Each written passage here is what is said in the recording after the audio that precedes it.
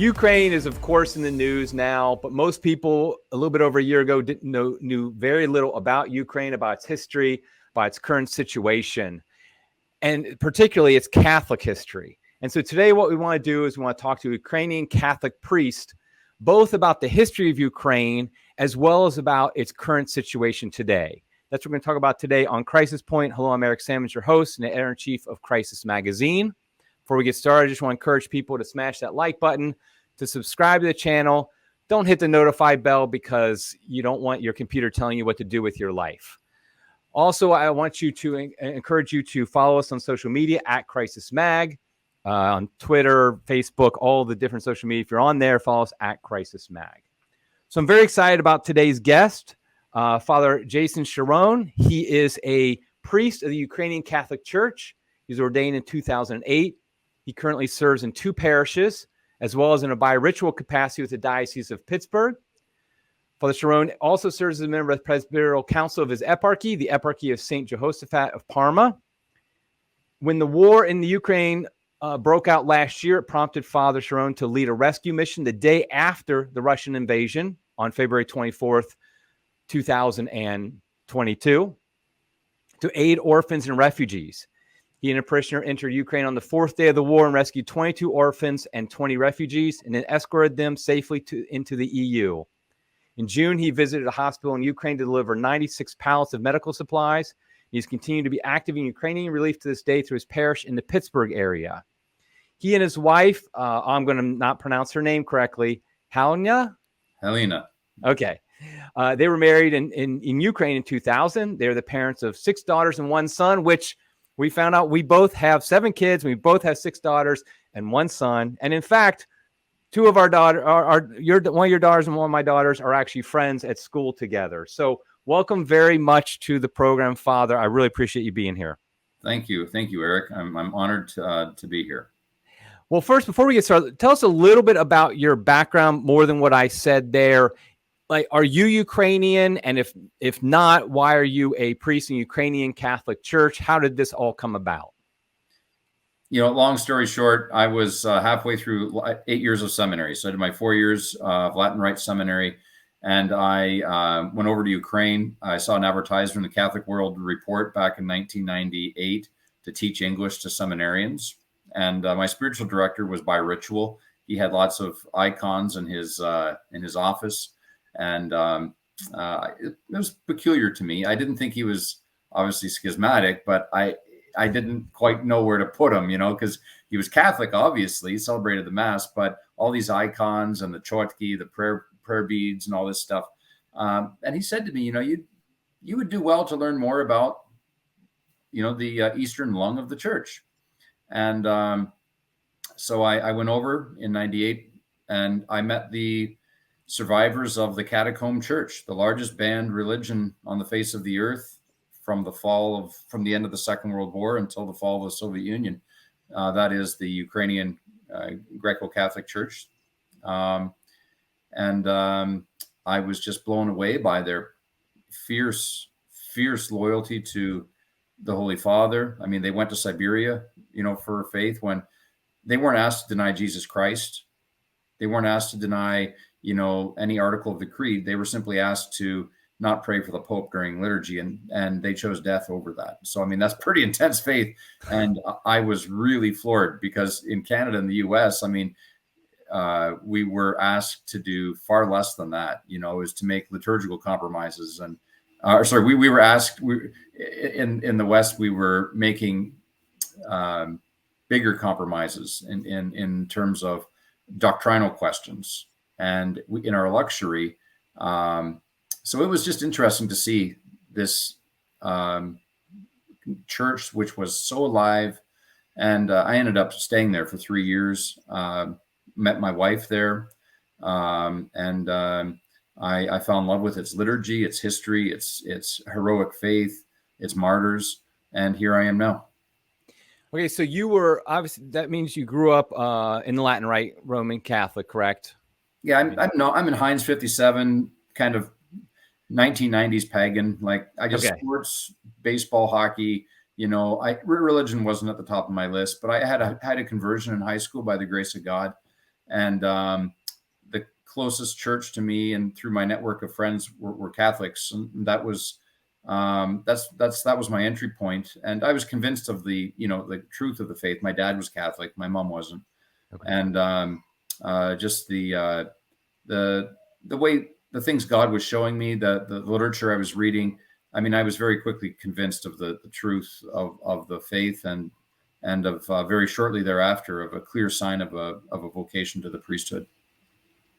So basically, then you had to transfer, because you were in a Latin Rite seminary, you said. So then, how does that work as far as like the details? Like, do you then have to transfer into the Ukrainian Catholic Church in order to become a priest there? Is that how that happened? Yeah, so there are various ways to transfer rites within the Catholic Church. I mean, it's the one Catholic Church under the Pope, same sacraments, creed, everything's the same. It's just the within the Catholic Church there are separate, they're distinct family of churches, and they're all fully Catholic, as Pope Leo XIII said. Not one is more Catholic than the other. But to change from one Catholic church to another Catholic church, you go through a change of rite, which involves permission from two bishops. Or if you marry someone who's Eastern Catholic, you simply have to declare a change of rite during the marriage. Okay. And, there are witnesses to that, and it's simply a de facto thing, and you become Eastern Catholic, or vice versa. Usually, 90% of times, the foot traffic is in the opposite direction, right, of Eastern Catholics becoming Roman Catholic. Okay. So let's talk a little bit about Ukraine. Obviously, it's in the news now, but there's a long history of Ukraine, obviously. Can you give, in 30 seconds? No, I'm just kidding. Can you give a basic overview of how the modern nation of Ukraine, how it developed to be where it is today, essentially? Yeah. Well, again, 1,000 years in 50 seconds. I'll try my best. Ukraine at the time of its founding in 988 was called Kiev Rus. So it wasn't called Russia. It wasn't called Ukraine. It's kind of like a stem cell. From a stem cell, you get all these other organs in the body. And Kiev Rus was that original founding nation state. And it eventually fell apart after the invasion of the Mongols in 1240. And it part of that, that stem cell, part of it goes north, part of it stays in Kiev, part of it goes west towards Poland. And that's kind of the beginning of the bifurcation we have now with Russia and Ukraine. Is one is the northern tribe of Israel, and the other is the southern tribes of Israel, kind of thing. So that's the beginning of it. Those who went north founded Novgorod and then Muscovy, and they became, it's like a principality, or then a tsardom of Muscovy. And then those who were around Kiev was really desolate. They fled it because it was sacked. And there were some Yaroslav and other old cities founded on rivers outside of Kiev, and then in Halich, which is today the area of Lviv. And they became kind of like competing powers. And Moscow obviously is more powerful. And Halich, which is Lviv near Poland, came under Polish rule for many centuries. But every time it kind of showed signs of independence, especially in its ecclesiastical life, when it was granted a metropolitan archbishopric by Constantinople, Moscow very quickly squashed that and considered it its, canonical territory, brothers fighting. So it goes back to the 1300s in terms of the kind of the first attempt to squash, an independent ecclesial national presence in Western Ukraine from Moscow. Obviously, Moscow becomes a very powerful nation state, and throws off by the time of Peter the Great. By 1701, they stopped paying their tribute to the Khan, and Ukraine, the territory of Ukraine, was mostly controlled by that time by Poland, and the thing that kept Ukrainian national consciousness alive, because there was no state, there were no organs of state. They were an agrarian group of artisans, mostly artisans, farmers. But the thing that gave them a national consciousness, preserved their language, culture, heritage, and ritual was the Ukrainian Greek Catholic Church. And there was also a Ukrainian Orthodox Church, which did that for a little bit, but it was absorbed by Peter the Great, Catherine the Great, and it was dissolved. But for over 400 years, the Ukrainian Catholic Church was the kind of the surrogate, if you will, the surrogate mother for Ukrainian consciousness. Kind of like, you might make a parallel with the role of the Catholic Church in communist Poland, that it was the conduit that kept alive, Polish, the best of patriotism. I'm not talking about jingoistic nationalism, but I'm talking about, the Polish patriotic spirit of language, patria, liturgy, the whole gamut of what makes a people. And it was the church in Poland that kept that flame alive. And so too, from 1596 up until now, that conduit or surrogate mother, if you will, that has kept the Ukrainian nation nascent and blooming, has been the Ukrainian Greco-Catholic Church. And it was wiped out it was entirely wiped out by Catherine the Great, from 1762 until 87,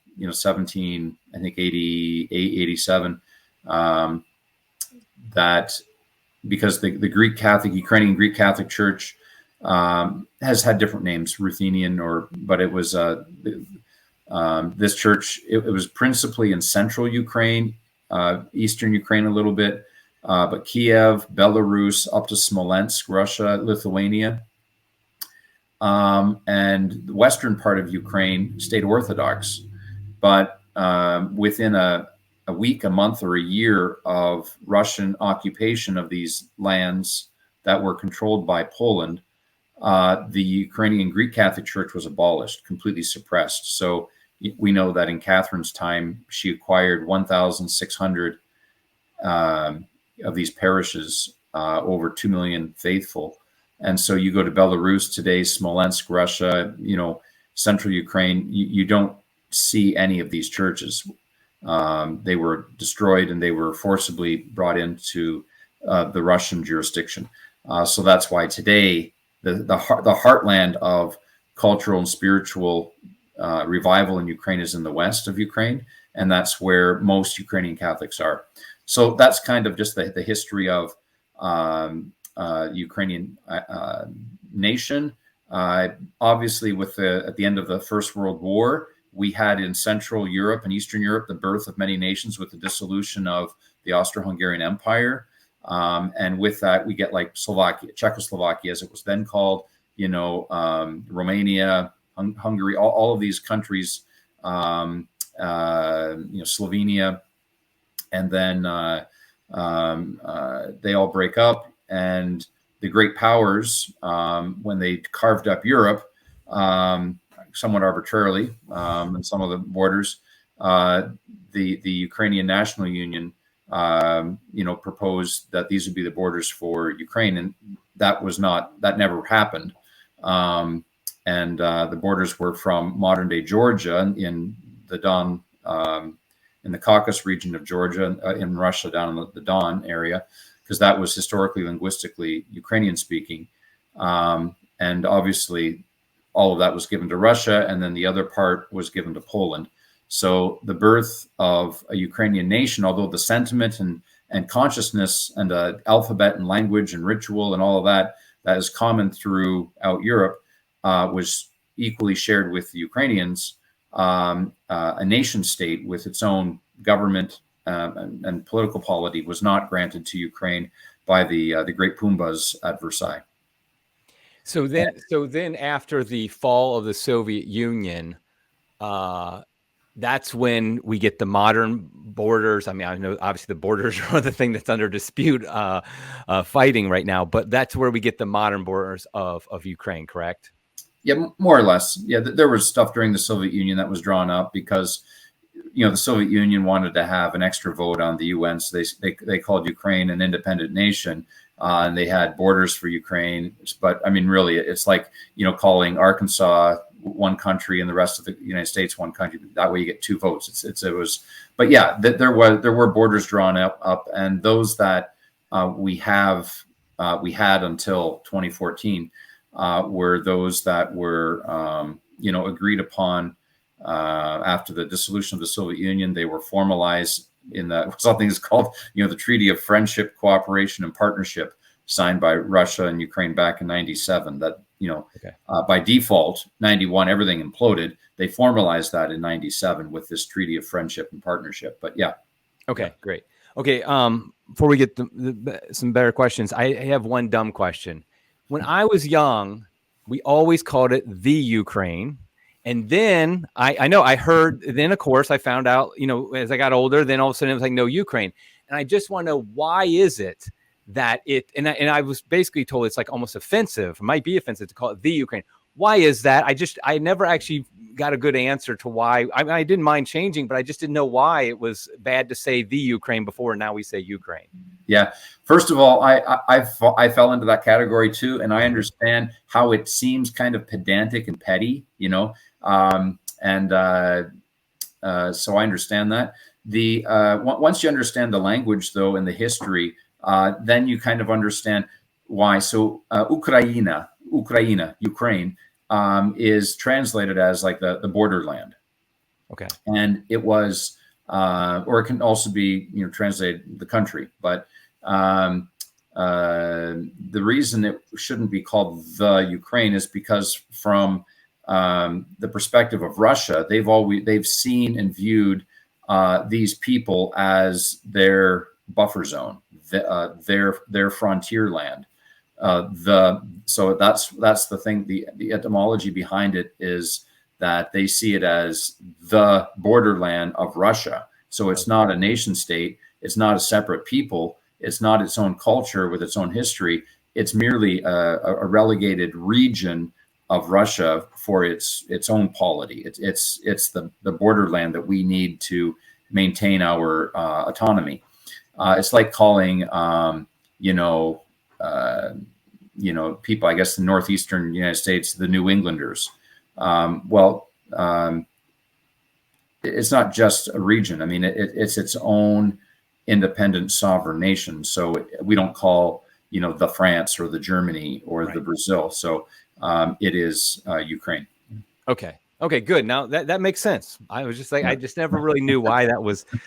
Sometimes these words change, and you're just kind of like, is this a good reason, or is this just some woke reason? You don't even know why it is. It's just like all of a sudden you have to start using different words. So good. So I'm glad that was explained. Yeah, it's a country, not a region. Right. Exactly. Okay, great. Now let's talk a little bit more about the Ukrainian Catholic Church. Now, I'm not 100% sure how. Let's just assume our listeners don't know really the history of how Eastern Catholic churches themselves kind of came into existence. But the Ukrainian Catholic Church, I'm pretty confident, is the largest by far of the Eastern Catholic churches. How did the Ukrainian Catholic Church come into existence in the first place? Well, that's a very long answer. It was founded by someone named Jesus Christ. So no, but if you think of the church, you think of a large oak tree, and a large oak tree has this trunk with branches that go out of it, and all of these branches are distinct and of different sizes, but they're all part of the same tree. And so the core root of the church is Semitic in its origin. And from there, it's, Greek, the lingua franca of the ancient world was Greek. It wasn't Latin. That's why the Gospels are all written in Greek. And then shortly after that, from that main Greek, that trunk is you get the Latin kind of branch that comes out of it. And I know Latins don't like hearing that, but in terms of the ancient church, you look at 5 of the patriarchates, 4 of the 5 were all in the East, and the writing of the creeds were all in Greek, and so the Ukrainian Catholic Church traces its connection to the founding of the Catholic Church by Christ through the Greek tradition in Constantinople, and Constantinople sent missionaries up into what is today Ukraine, then was Kiev Rus in the year 980, and they were baptized in 988.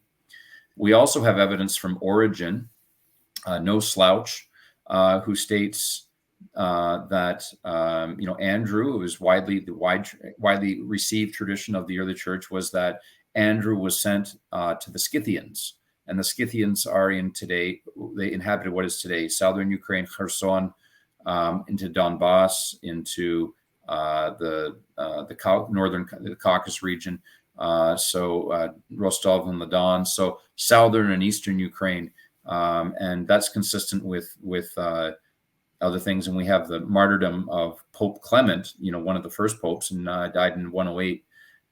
He was in southern Ukraine, and so from the apostolic era, there is a connection there that isn't just myth, and many martyrs there. So that's the history of that. And then it was founded, obviously, formally, and with the establishment of a bishopric and priests in 988. So, of course, then in the 11th century, we start having the beginning of the Great Schism between East and West. And so all the Christians in the East are now broken communion with the West. It's way more complicated, but we'll just stick with that.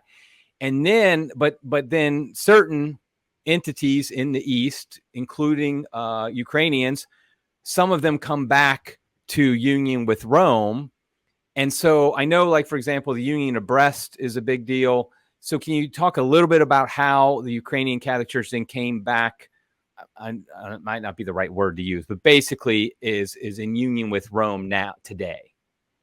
Yeah, that's an excellent question, with some surprising and really exhilarating historical facts. We often think of the clear cut between East and West, in 1054 with Michael Cerularius and Cardinal Humbert and all of this, which obviously definitive culmination of a long period of tension between East and West.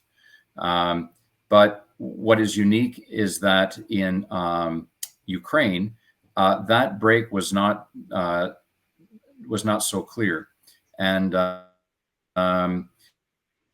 we with Isador, who is the metropolitan in the 1400s, who was both assigned to Kiev, Moscow, Patriarch of Constantinople, and a cardinal of the Roman Church. So this is in the 1400s, so it just doesn't fit into any category. And the reason is that Ukraine played a role from the time prior to Florence in the 1400s up to the Union of Brest in 1596, as it was like a triangulation between Rome, Greece, and they were this third party that were the intermediaries through which Rome noble were able to communicate. And so that's one thing that is to be kept in mind. So before Isador in the 1400s, you had other metropolitans. There were a series of 3 metropolitan archbishops of Kiev who were mutually appointed by Rome and by Constantinople. And Rome, because it is the preeminent see of the church, successor of Peter, and also because Constantinople is the of the Slavs from whom they received the faith. So that's kind of the interesting history there. Okay, I have a book, and I thought it was good, but tell me if you think Crisis and Reform. Have you heard of this book? The author. Okay, I have it. Okay, so I recommend if somebody wants to get a deep dive into some of Yeah. this book, Crisis and Reform, by, how do you pronounce his name, the author's name? Now he's Gudziak? Boris Gudziak. He's now the Archbishop in Philadelphia for the Ukrainians. Oh, I didn't know that. Okay, so anyway, just for people who really want to get geeky and deep dive into it, Crisis and Reform is I would recommend. I thought it was a good book. And just to kind of finish that, how the church came to be is that, so prior to this, there was always, I guess, an approach to the church which transcended national identity, which is unique among Eastern churches, because many of the Eastern churches are heavily ethnic and nationalist. And they, to their shame, they fail to really have a grasp of the Catholicity and universality of Christ's church. But the Rusin experience of Christianity, to its credit, maintained good connections with Rome and with the East. And so what happened we had the sacking of Constantinople in 1953, May 29th, and all of a sudden the Patriarch of Constantinople becomes the ethnarch for the Greeks and for the Christians, for all the Christians. And because the sultans and the Turks saw the head bishop of Constantinople as the head of not just ethnic group, but of Christians as well. And so all of a sudden, for that century afterwards, the Archbishop, the Patriarch of Constantinople, is floundering. He has no support, so he's totally dependent upon the Sultan. So the closest political entity is to his north, the Russian state, the Muscovy, and he, by the 1500s, sells in 1589. Basically, he sells the title, and he's also held captive in Moscow, the title of Patriarch to the Archbishop in Moscow. And he comes back, makes his way back after a year, finally to Constantinople, and the Orthodox bishops, who are no friends of Rome, but because Rome failed to come to their help, in the century previously, they felt, and they said, nevertheless, what you did is uncanonical, and you cannot just, by your own hand, appoint, a patriarch in Moscow. These are things that you need an ecumenical council for. You have so that was declared valid, but then Moscow was emboldened by that, and they begin gobbling up ecclesiastical territory. And the Orthodox bishops in Ukraine, what is now called Ukraine, they turn to Rome and the Jesuits, and they say, we want to reaffirm the longstanding relationship we've had with Rome, and we want to be in union with Rome. We don't want to be in union with Moscow. And, Constantinople, they're fighting for their life under the Ottoman yoke. So our church was formally brought into union with the Union of Brest in 1596. Okay. Wait, now you've touched on it a little bit here, but obviously there's been a close connection, relationship between Ukraine and Russia because of the shared history of Kiev, and like you said, it's almost like the Northern Kingdom and the Southern Kingdoms in some way.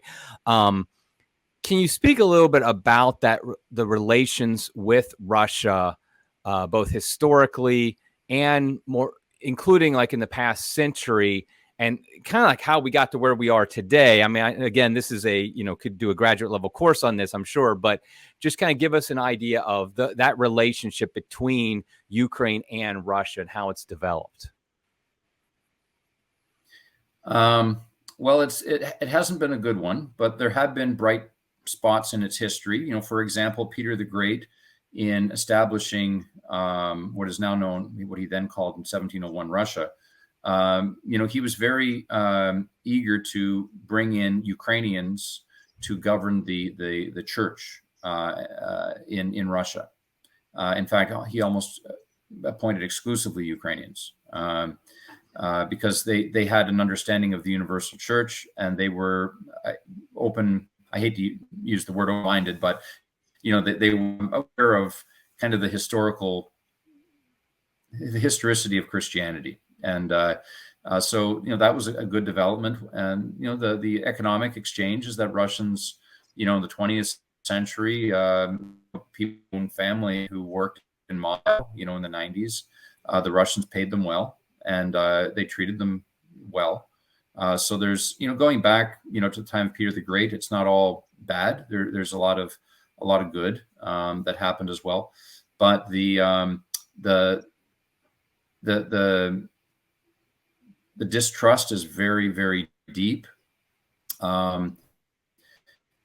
Ukrainians over the course of from the time of let's say Catherine the Great. Let's begin in 1761. You have a consistent kind of a recidivism, of individuals who are recidivists, but you have like a state level recidivism in repression of ethnic, linguistic, ecclesial,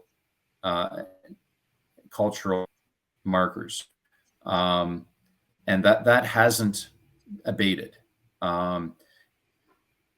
Other countries are guilty of that. Russia isn't, a standout in that. I mean, most countries have treated their minorities in unfortunate ways. But the difference with 20th century Russia is that there's never been a mea culpa. There's never been an external Nuremberg trial to bring it to justice, but there's also, more importantly, never been an internal mea culpa. So in the U.S. we have an awareness of the race issue is a very sensitive one because everyone's aware of it and is ashamed of what happened here. Although we outlawed slavery long before Russia did, but in Russia, that mea culpa has never happened. The acknowledgement of the, at least conservative estimates, 4 million Ukrainians who were starved in the Holodomor in 1932-33, the purges, the purifications of the people, the stealing of a whole generation, the deportations to Siberia, the forced closing of churches. And so aware of this history, they're aware of that same history that the Russians have enforced upon the Yakuts and the Avars and the Kumiks and the various Tartars and Finnic groups. I mean, it's across the board consistently, this Russification. And the only thing that's really separates the Ukrainians from, the Avars and these groups is that has been able to act as a memory bank of national consciousness and identity, a Christian identity that has been able to preserve this. So when it comes to the modern era, Ukrainians with great justification approach relations with Russia, as the toe does when a boot comes down. It knows there's going to be some pain involved when that boot comes crushing down on the foot. So that's kind of the very. So you've been to Ukraine since the invasion happened. You've been involved in helping out refugees. Can you talk a little bit about, as much as you know, the situation on the ground in Ukraine today? Well, I mean, it's before the war, Ukraine on the World Corruption Index was, I think, the 8th or 9th most corrupt country in the world. Within Europe, it was, the most, I think, that the poorest country in Europe.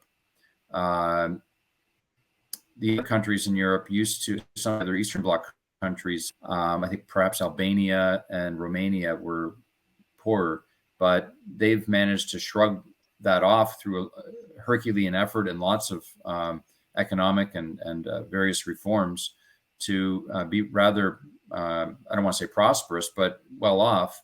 And Ukraine has lagged behind, so this is the reality before the war. And that was the reality when I lived there for 3 years. When I went back in 2012 and again last year, you saw a lot of westernization, the importation through like the Soros and others, his nefarious tentacles in society. You could see evidence of that. You could see, again, this is all pre-war. You could see, for example, pro-life groups that I worked with would receive a pittance of funding from their partners in the West, but you would have pro-homosexual organizations being funded generously from the West. It was gravely humiliating and insulting to these people, because to a man, they do not believe in this stuff. It's abhorrent, that kind of lifestyle. And when they ask for money, nothing comes. When they ask for assistance, nothing comes. Even from, unfortunately, good traditional fellow believers, not a lot was coming. But of the run would come in with very large donations. And the EU, of course, assistance was tied with certain political agendas. So it's really very unfair what Western governments did and Western NGOs did.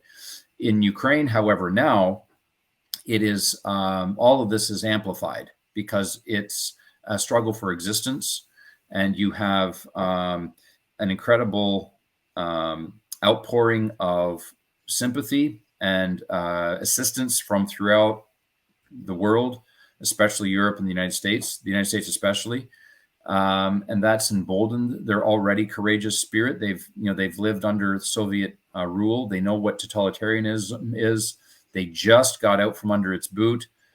Numerous things in Ukraine were beginning to flourish despite the corruption and the poverty. There were numerous signs of things really, really looking good in terms of education, in terms of printing, in terms of free media. There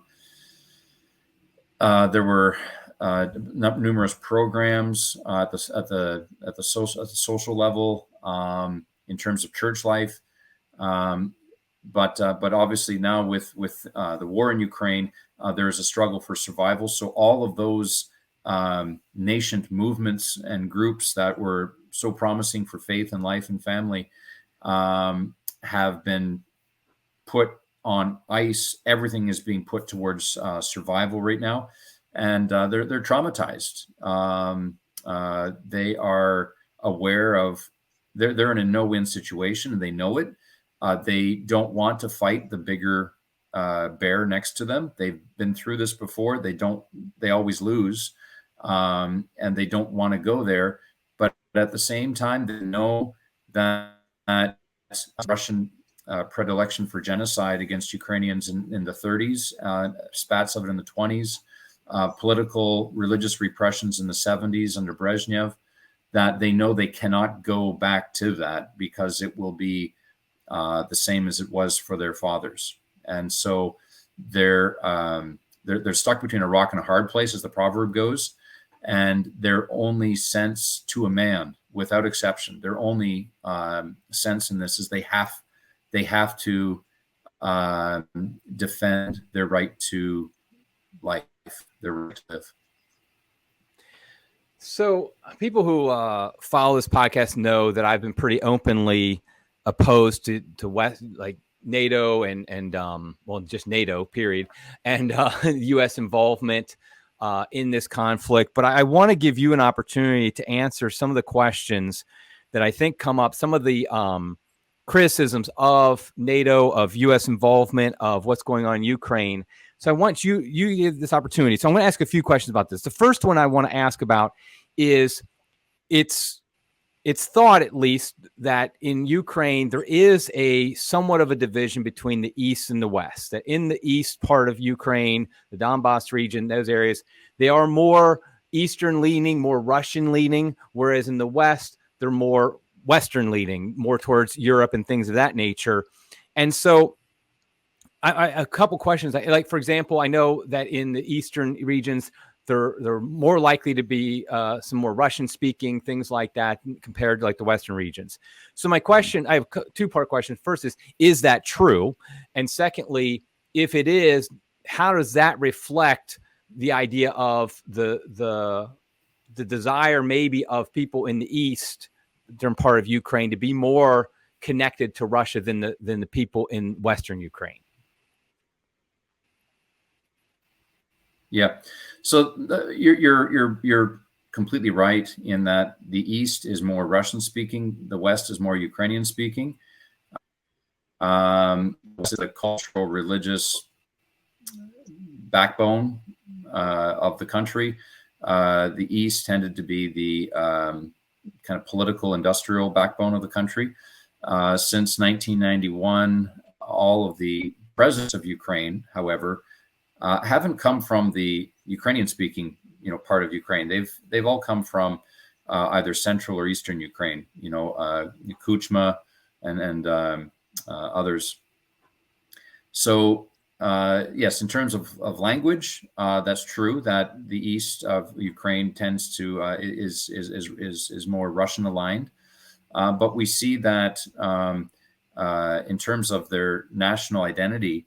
They view themselves as having a different a different polity, if you will, from those who live in the first, I'd say, with the Maidan in 2014. The first wave of those men who died were, I'd say it was 50-50 between men from the Russian-speaking men and the Ukrainian-speaking men. So at this point, it was no longer a linguistic divide. When I lived there in the late 90s, it was a linguistic divide, and you were identified according to your language. By the time of 2012, 2014, with the proliferation of corruption under who was a puppet, that all people realized that the linguistic divide was really not where the fight was, that this was a fight for freedom. And they were tending towards Lukashenko territory in Belarus with a police state under a strongman who was a paper tiger for a neighboring dictator. And so by 2014, you saw people who were coalescing around this idea of having protections for the freedom of expression that they'd come to enjoy in the past 20 years by that point. The freedom to have their own churches, which was very distinctive. Because, for example, even in, like, to this day in Russia, the Ukrainian Greek Catholic Church is banned. Like, you can't imagine America banning the OCA, the Orthodox Church. I mean, it's just unthinkable, or Italy banning the Russian Orthodox. But these people saw that right on the other side of the border, journalists were regular. Journalists were missing. That religious freedom wasn't granted to that people, just 20 minutes on the other side from their house. And then freedom of expression. You could, depending on your political alignment in Ukraine, you can find a media outlet that will give you a voice. Since the wars happened, that's changed. But all of this brought to the fore this urgency to fight for this new nation that was about to be stillborn. It just by 2014, these freedoms were really coming up. And when I went there in 2012, people thought there'd never be another revolution because there was a revolution in 2004. which Putin tried to initiate against Yanukovych, Yushchenko by poisoning him with ricin.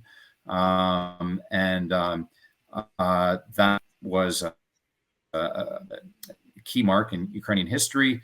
But then he was removed. He was voted out of office. Yanukovych came in, and strongman policies started coming back. And by 2012, when I was there, people said they're losing their country. It's going back as a principality of Russian autocracy. 2014 comes, and all of this happens. And this is really the war. I'm sorry for going on a little bit, but what we're seeing now is a continuation of 2014, of this definitive stand saying, no, we want the freedoms of Europe. And now we hear the freedoms of Europe and we think of, the sexual politics of Brussels. We think of, euthanasia and all of the evils there. But the Ukrainians are people who are trying to survive. I mean, the average salary is about $280 a month. They look at Europe and they see people can own a house, people can have a job, people can send their kids to school. They don't have to pay a bribe to get a graduation diploma. So that's their understanding of Europe. Naive, I agree, but that's their understanding of Europe, and that's what they want. And so. Yeah, so I've kind of gotten off track there, but the war now is a continuation of that, but it's magnified. So I think one of the things to continue on the kind of East-West differences in Ukraine, one of the justifications that Putin has used for the invasion is the Donbass region, certain areas there. Basically, there has been conflict between Donbass and the rest of the Ukrainian Western Ukraine since 2014, 2015, something like that. And so he's saying they basically want to be independent because that's what he declared like a day or two before the invasion. Like, I'm recognizing their independence. Is that just simply a flat out lie, or is there a movement in Donbass to want to break away from greater Ukraine? Yeah, it's astroturf, as we say, and I know that from living there. So here in the United States, you have these, spontaneous, Black Lives Matter manifestations across the country, and then all of a sudden, when Trump's out of office, they just disappeared. They're orchestrated. They're orchestrated. There are people who genuinely believe that, but they're corralled, and they're pushed, and they're managed, and cameras are turned on, and there are people who use that for political gain. And so in Ukraine, there are people because the 4 to 6 million people who were murdered by Stalin in 1932-33, to say, the millions who were killed during the Second World War. It was the bloodiest place during the war. The Second World War was Ukraine and part of Belarus and Eastern Poland. So the Russians did population swaps. So where Ukrainians used to live, they brought in Russians, and where Ukrainians still live, they took them out and sent them to Siberia. So it diluted the Ukrainian population. So there is truth to the sense that they are ethnically Russian. But there is no truth to the statement that they now want to be part of Russia. And when I lived there, there was never any sense of that. So, here historically, we have a precedent for that with, like, Texas, for example. Texas does have a tradition of secessionism. And if you mention it now, jaws aren't going to drop. It's been bantered about before, Same with, I don't know. Okay, well, let's leave it at that. So when you go to Ukraine prior to like 2012, that never, ever was heard, that, they're an autonomous people. They're separate. So that's not true. Okay. Now, one thing you brought up already was the state of Ukraine before the invasion, the high level of corruption. I know one of the big concerns that I have, but I know a lot of people in the United States, like Catholics, have, is President Zielinski. That he appears to be, I mean, it doesn't say anything. This is not a pro-Putin statement to say Zielinski seems like a really corrupt leader and seems like somebody that can't really be trusted. And so should we trust him more than perhaps some of us do? And if not, how do we deal with the fact that the leader of Ukraine does seem to be kind of almost, I mean, a lot of people will call him even a pawn of like the New World Order, stuff like that. But the point is he doesn't seem somebody to hold up in esteem. And should we, and if not, how do we deal with that situation? Yeah, I think this is a case of two things. One, turning it from a distant. I think it's also a point of ignoring the wolf at the door to address the bear in the bush. So for a country that's fighting for it's an existential crisis right now. Russian leaders have openly, especially Medvedev, have openly spoken of genocide. We see this with the rapes. We see this with children. My bishop was over there recently, and he talked to me about a bishop and clergy he spoke with from the occupied territories about 4-year-olds being raped. And the oldest cases are of 83-year-old woman who was raped, women being raped in front of their children. One boy, his hair turned white at the age of 10, watching his mother being raped by a gang of about 15 Russian soldiers. So, I mean, this is the luxury of on their leader at this point. They're in an existential battle with an enemy that will call their population and will take away whatever freedoms they've managed to eke out in the past 30 years. So I don't think that Zielinski is a saint, but I at the same time am cognizant of the fact that we had a very imperfect leader from a religious and moral perspective here in the United States from 2016 to 2020, who, if you look at his rap sheet from a priest perspective, you're not really inclined to vote for the guy, but he delivered. He delivered for the pro-life cause. He delivered for conscience protections. He delivered for on many fronts, the economy. And if we were to argue him out of office based on his the acquisition of wealth through his casino buying and whatnot, we probably could have grounds for doing it. But if we look at how he executed his office, not his personal dalliances, but his office, we have to give Trump an A+. Except for his, I think what he did with promoting the transgenderism and Reich as our arena in the State Department, allowing that to proliferate. So I just extend that same standard to Mr. Zielinski.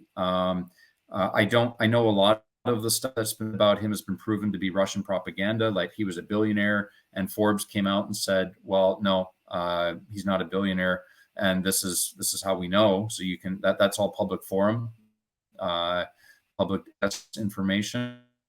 And I think he's probably left of center on the social issues, to the great dismay of many Ukrainians who are pro-family and very devout. It's the second most religious country in Europe after Romania, and so that's to their dismay. But I don't want to overshadow the principled discussion of war, of a just war, by fixating on personalities. So essentially, the idea here is you support Zielinski because he's the head of the country trying to fight for its existence, and then if successful, then you can worry about whether or not you should elect somebody else. Is that kind of what you're saying? Like, for now, Yes. This is who we have. Yeah. So we're gonna okay. And for those of your viewers who are familiar with not just Ukrainian history, but Polish history, it's not unlike the situation with Marshal Piłsudski. Piłsudski was the founder of the Socialist Party in Poland. He was, a divorcee, which is a big scandal in Poland in the 20s. He had a dalliance with a woman, his mistress. He was a coup leader. He was a henchman. His henchman he put into office. This is from like 1921 until the German invasion, and then he imprisoned all of his political opponents. So he was a bad dude. He was a bad dude. But be that as it may, the Poles did not deserve the betrayal they experienced.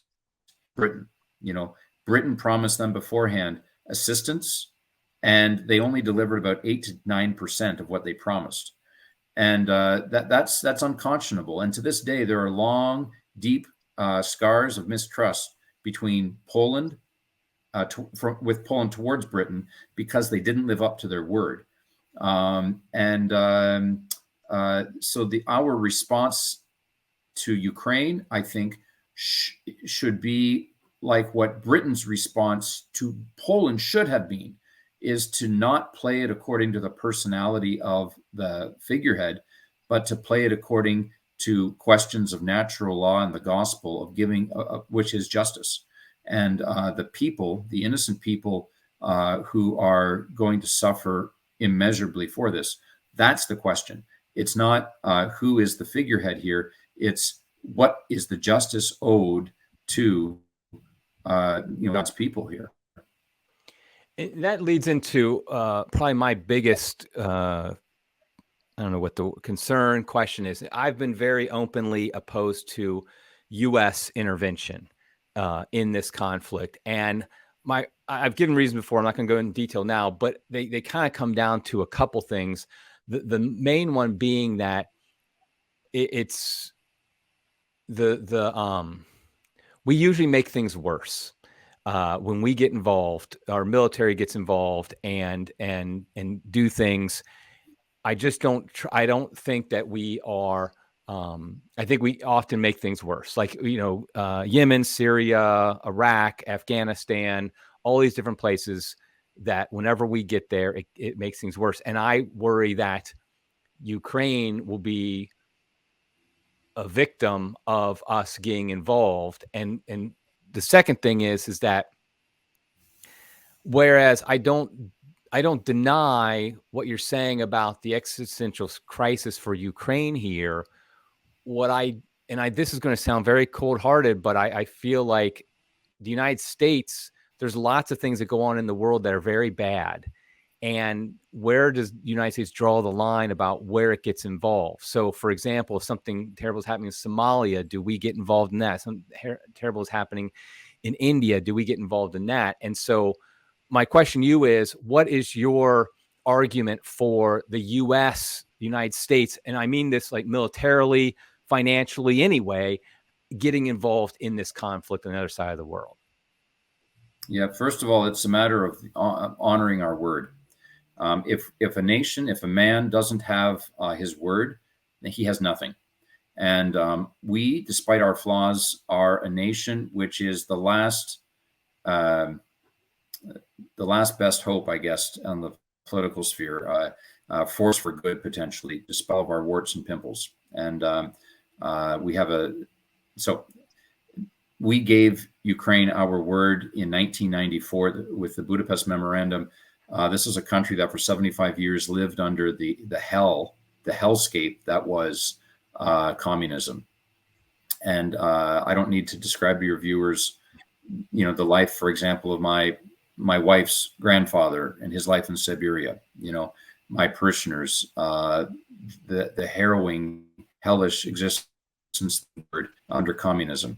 And so when this collapsed in 94, Ukraine was left with the largest arsenal of nuclear war. Well, not the largest. It was the third largest nuclear warhead arsenal in the world, more than China, Britain, and France combined. The U.S. and the UK and also Russia came and said, here, hand over these weapons and your ballistic missiles, give them to Russia. And in exchange, the UK and the US promised and gave security guarantees to Ukraine that they would have a seat at the table of democracies. And Ukraine, naively, but very eager to escape the orbit of their great persecutor, agreed to that. And they handed over these. One of the principal agreement there was that if, Russia, now having all the nukes, if Russia were to, use nukes against Ukraine, that the UK and the US would reciprocate. So this agreement that we gave is that, we would give them these security guarantees. They get to have a seat at the table. And now when that big bear comes knocking, if we run, two things are going to happen. Our honor is lost, whatever remains of it. And secondly, future nations down the road who do and will, I believe, want to turn a leaf and try to live as a free, open society. Open society. I'm not thinking of George Soros, but they're not going to trust our guarantees if we don't live up to our word now. So that's the first thing, is just let your yes be yes, let your no be no. The other thing is that China's watching. China is Russia on steroids. Russia, I don't want to get into how decrepit Russia is. And bring me back to the Mark Stein point if I forget this, Eric. But China is watching. If we do not respond to a nation that geographically is the largest in Europe outside of Russia, it's the largest nation in Europe with vast agricultural and mineral resources. If we respond to a nation like that, which does have cultural and religious and immigration ties deep to our country, a fortiori, we're to a little country like Taiwan, which does not have the same scale of linguistic, cultural, and religious ties to us. So China's watching, and that's why we had better be very careful. Now, I'm not saying going into this open-ended, no, and Ukraine's not asking that either. We're simply, what Ukraine is really asking for, just give back the missiles you took from us, we'll leave you alone, or just give us the weapons you have that have expired, and the US won't even do that. So you have all kinds of ordinances sitting out in the desert in New Mexico, which are waiting to be detonated. And the Ukrainians have said, give those to us. They won't do it.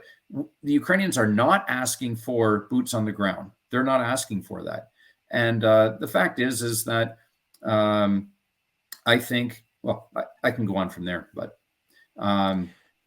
so one of the things that we have to, go ahead. As you say, so you're advocating for aid, both military, financial. Obviously, we've already given billions of dollars, which I also have a problem with. Like, it doesn't seem that it's audited very well about what we're giving and what's making sure it's being used for what we want it to be used for. Because as you know, there's corruption on both sides of that part. And so you hope that it's being used properly. But so aid, but not necessarily American troops being involved. Is that, or do you also think at some point American troops need to be involved? No. When I was there, Ukraine has lost 10 million people at least in the past 30 years. So it's down to about 40 million people. When I was there, I should have answered this earlier in the interview, but there is a spirit on the ground. It's electric. People who had no purpose before, alcoholics, people who are down and out, now they walk with broad shoulders. They have a dignity. They have a calling. They are fathers. They're men again, because they've discovered, I have to defend these women and children in my village, and they have guns. They've discovered that all of a sudden they have this, we have the Second Amendment in theory, they have it in practice. Everyone has a gun in Ukraine. So I feel sorry for the Russians. I pity the Russians. If they dare come in to the rest of Ukraine, it's going to be an absolute bloodbath, because they have every man and woman will be resisting them. I've forgotten your question. Just about whether or not you would advocate for Western, like NATO and or U.S. boots on the ground in Ukraine. Yeah, there's no need for it. There's no need for it. Yeah. It's just simply honoring your word. You told us that you promised us that the American model of governance is the way to have a happy citizenry, a well-functioning society. And you've promised us that if we give up these very deadly weapons, they came out of Chernobyl. They don't want to have anything to do with nuclear fallout. You promised us if we gave up this stuff, that you'd have our back. And the moment that we have a kleptocracy to our north, a strong man, that he comes looking for gains, that now you're going to leave us. And so just give us what you've promised, and that is security. And so don't give us boots. Give us the military equipment that you guys don't even use. I mean, there's all kinds, and there's the other thing is with in regards to Ukrainians don't want American taxpayer money. The Russians have billions and billions of dollars in Russian sovereign funds in banks in Manhattan, which the U.S. has frozen but will not liquidate. Same with the Swiss, and same with various countries in Europe. They have more frozen of Russian assets than what the U.S. is even offering to give. And just give us that. Give us that we can buy what we need, but they won't do it. That's problematic. And the other thing is there's a misconception out there that, this is bundles of cash going to Kiev, like Obama sent on crates to Tehran. That's not happening. This money is often going to NATO so that they can, in fact, buy military hardware from the U.S. So Congress allocated, I think, $44 billion to the Biden administration. That's not crates of money going to an airport in Kiev. This is going, for example, to Poland to compensate it for whatever it sends to Ukraine. So I would like to. I would say my last question on this and on this, like, what is the end game here in the sense of when there's conflict between nations, often, and when it becomes a military conflict like this one, often the negotiated result in the end, nobody's completely happy with it, that each side has to give in some. But would you say that in this case, the only real satisfactory conclusion would be the borders of Ukraine from before 2014, so it would include Crimea, that they would need to be restored before this would be over? Or would you say maybe after Crimea, not include Crimea, or like, is there any type of, in your mind, is it an existential threat to basically change the borders in any way to end the fighting? Well, there's so much to get into to answer that question. I wish I had more time, but first, the simple answer is yes. The borders pre like 2014. This with a just war, it's not just meeting the criteria for a just war. And your readers, your listeners, they know what the criteria is for just war, but there's also, has to be proportionate. And there has to be what we call, a probability of success.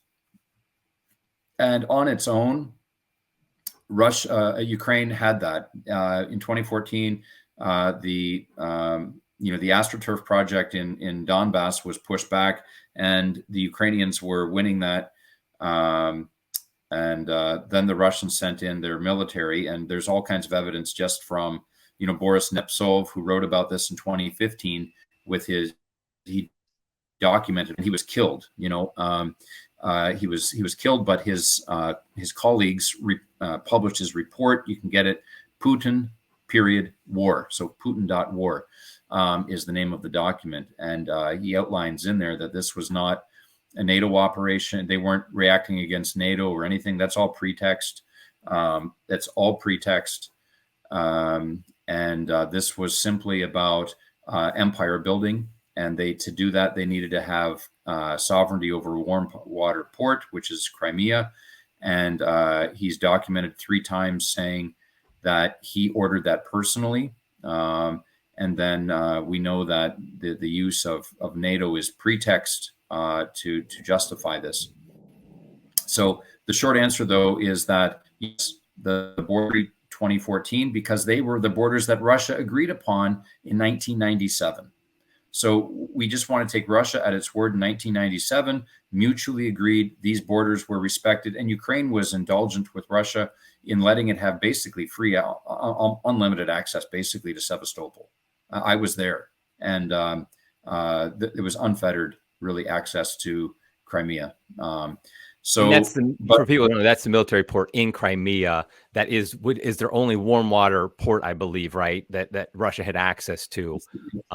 Correct. Yep. Okay. Yep. Which so they took important from the Yeah, they would consider Russia considered that a very important military port to be at, and so that's why Crimea is such a big deal as far as the dispute. So, okay. Right. Okay. Yeah, go ahead. Do you want to say something else? Yeah, but that's like the short-term goal. Ultimately, though, you ask what's the end game, and to be end game, you can't have this open-ended. Is a defanged Russia. I'm not speaking about the U.S. is not, no one wants to have 40 separate republics, each with nuclear weapons falling into China's hands. That's what the U.S. is.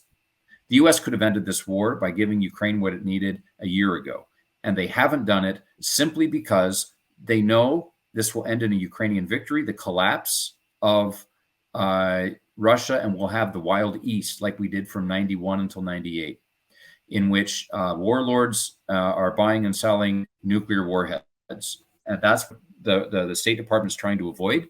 But the end game, though, is a defanged Russia, which is going to strike a balance so that it can maybe stay and maintain its unity of the republics, so that it doesn't aggrandize China's power grab, but that it will never be able to do what it has done again. And that means significant military losses. Okay. Well, very good. Okay. So I want just one last question here. And this is regardless of where one stands on the politics of Western involvement, whatever the case may be, the fact is that there are people suffering greatly. Our fellow Catholics particularly are suffering. And so how can people who want to help here in the West, individuals, so we're not going to get foreign aid, anything like that, but we're just individuals. How can we help those that are suffering, our fellow brothers and sisters in Christ who are suffering in Ukraine? How can we help them? Well, this is the Christian response. The politicians' responses to the allocation of power and source and resources to a political end. Ours is, as has been from the time of Christ, to hungry, to clothe the naked, to visit the imprisoned, and that's our response as Christians, and that's what's at the crux of this. We can give aid, for example, to the Ukrainian Catholic Church, which is financial donations. The Eparchy of Parma. My church website has a donation page, htucc.com. We have a donation page. All of those funds go to Ukraine directly, and people can earmark exactly how they want those funds to be spent. I have a hospital in Lviv that I'm helping out with. I delivered 96 pallets of medical supplies. I'm going over again visit two orphanages to see what they need. I mean, one orphanage, Father Roman, is responsible for giving food to 300 mouths every day. That's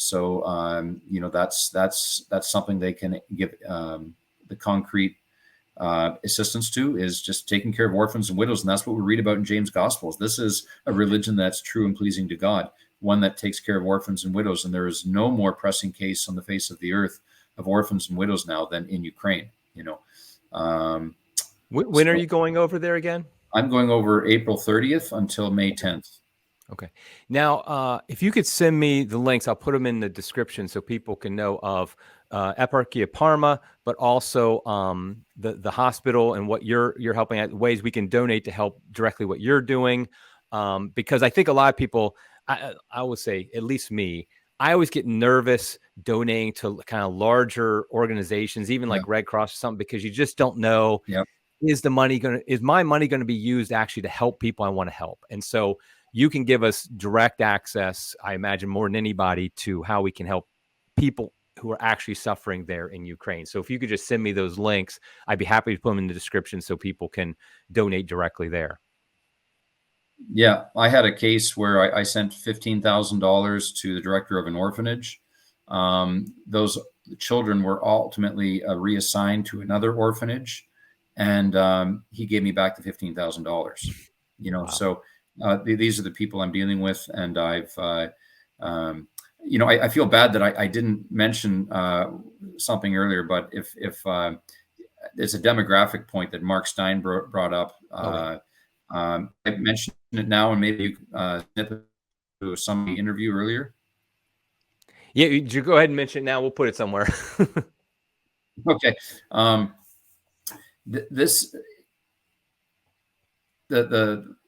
guess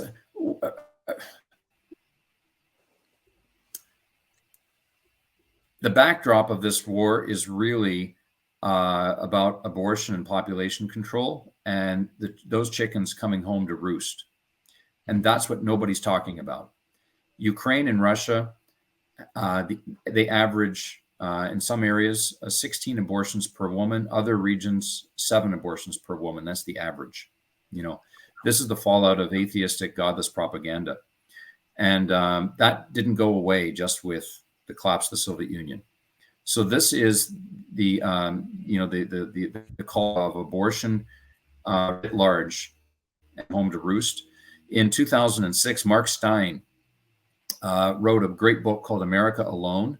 And in there, I don't remember the page number, but I do remember that he wrote in there that there is a demographic collapse coming to Russia. Highest HIV rates outside of Africa, the highest in the world outside of Africa. High alcoholism rates, high mortality rates. Men have a life expectancy of about, that time it was around 59, 62, and it hasn't really changed much. And a high emigration rate, a brain drain. And all of this means that you have a booming Islamic population and ethnic minority populations who they're still having kids. And Russia slow down a demographic winter and dissolve into non-existence, or in an emergency to recoup its lost Kazakhstan, Ukraine, Belarus, Lithuania, Moldova. And he said in 2006 that it's not a question of really if, but when Russia does that.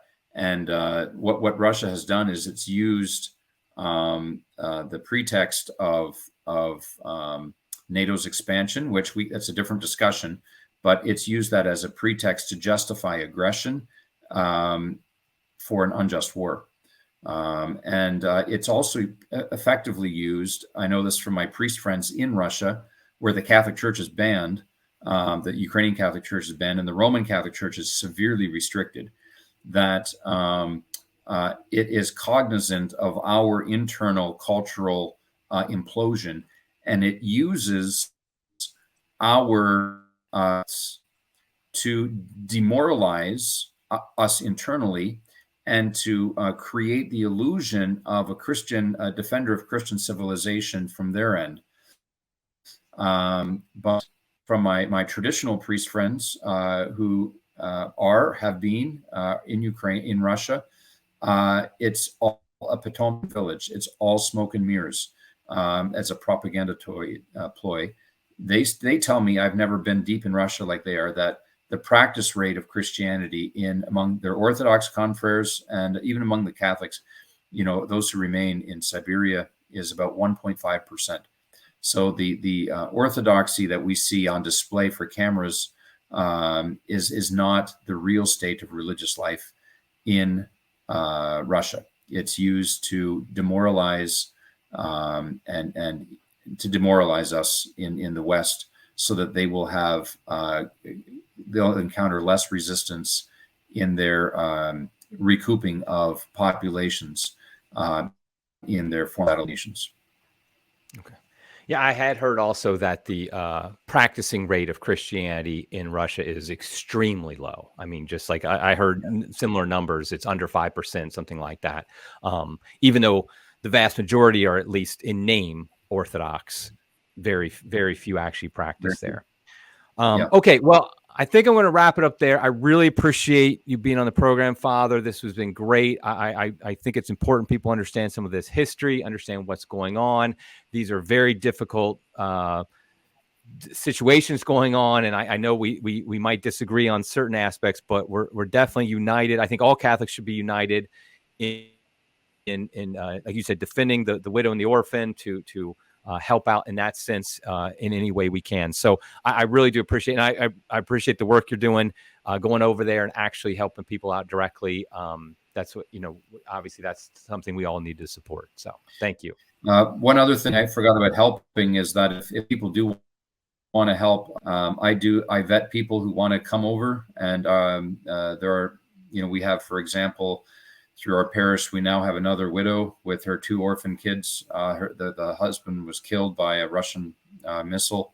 And so I'm bringing people over. We act as sponsors, and that kind of scares people, the word sponsor, but the legal obligations are very lax. They're it's almost pro forma. Really, they just need someone to act as a sponsor, and then we take care of them. So if maybe we could get the word out. If anybody does want to, act as a sponsor for a widow and her orphans, or for an elderly couple over 18 months, get in touch with me. And if they have financial, concerns, we can assist with that. But for us right now, we have a difficulty getting a number of names to put on forms for, sponsor for this year. I can't sponsor like 8 people at once. So I have to, sponsor 2 people, let that through, and then, our application. But if we had more people just willing to be sponsors, the financial onus is on us, our parish. God's blessed us. But we need just people who can say, yeah, put my name down. And it makes a difference to these, these people who are eking out an existence. So let me just be clear about that. So if you're a sponsor, somebody becomes a sponsor, they're not the one hosting the family, correct? You're just, this is more of a legal type of thing where you had to have names on the forms, and there's some red tape that has to go through. So what is a sponsor's obligation then, beyond just saying, hey, give me my name, give my name? Nothing. Oh, wow. Okay. And how can people contact you who are interested in doing that? Yeah, my email is holytrinitycarnegie@gmail.com. All lowercase. holytrinitycarnegie@gmail.com. Okay, and I'll put that one also, if you don't mind, if I go ahead and put that one in the description as well, so people can find it easily. So yeah, so people the one thing is, like, when they submit the paperwork, they do have to include their taxes on there, like their 1040 from last year. But they'll say, do you have outside entities assisting in this? And they just put down like our church, and then our church is really the provider of material assistance that people are going to need. Okay. Okay, great. Yeah. Okay, well, we're going to wrap it up here. Again, thank you, Father. I hope people really take your words to heart here, and particularly that they do what they can to help out. So until next time, everybody, God bless you.